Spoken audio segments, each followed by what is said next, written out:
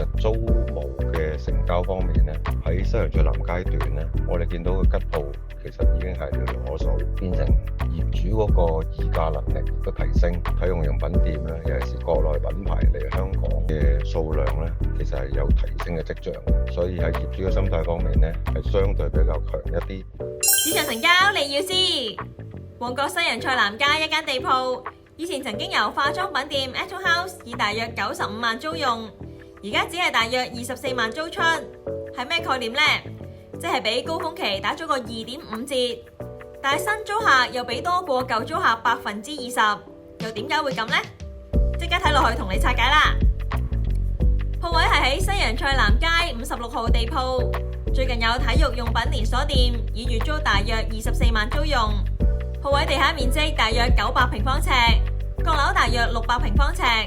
平均尺租大約267蚊。疫情之後一直由平民連鎖時裝店承租，月租介乎15萬至20萬，但係年前撤出，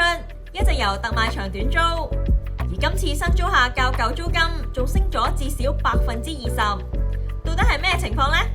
我又請咗商鋪部區域營業董事 Andrew 同我哋分析一下，聽下佢點講。雖然呢個租金咧就較高位回落咗76%，但係亦都比前租客咧就多翻20%。咁因為我哋睇到咧，其實西洋菜南街呢個遊客段咧喺最差最惡劣嘅情況底下咧，當其時應該大概係22到23年尾，咁嗰個時候個吉鋪數量係比較多啦。咁好多業主都希望盡快去租出，咁所以咧就佢哋有兩個選擇啦，一係就短租。一係咧就係將個租金作一個大幅嘅削減，咁所以咧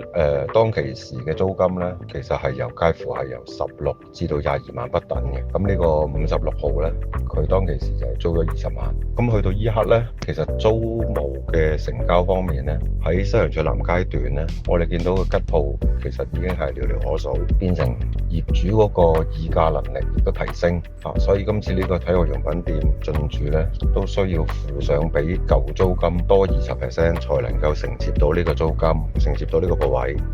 目前業主心態係點？有冇接受調低租金求穩定嘅現實呢？咁目前嘅業主個心態咧，比較上相對喺疫情同埋啱啱開關嘅時候咧，就稍稍有所增強嘅因為就好似頭先提到咁啦，鋪位嘅空置量下降啦，同埋我哋見到體用用品店咧，尤其是國內品牌嚟香港嘅數量咧，其實係有提升嘅跡象嘅，所以喺業主嘅心態方面咧，係相對比較強一啲。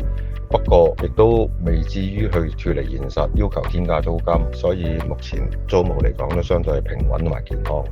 如果大家想了解更多，可以喺下面留言同我哋一齊傾下。記得訂閱我哋 channel 啦，我哋下次見，拜拜。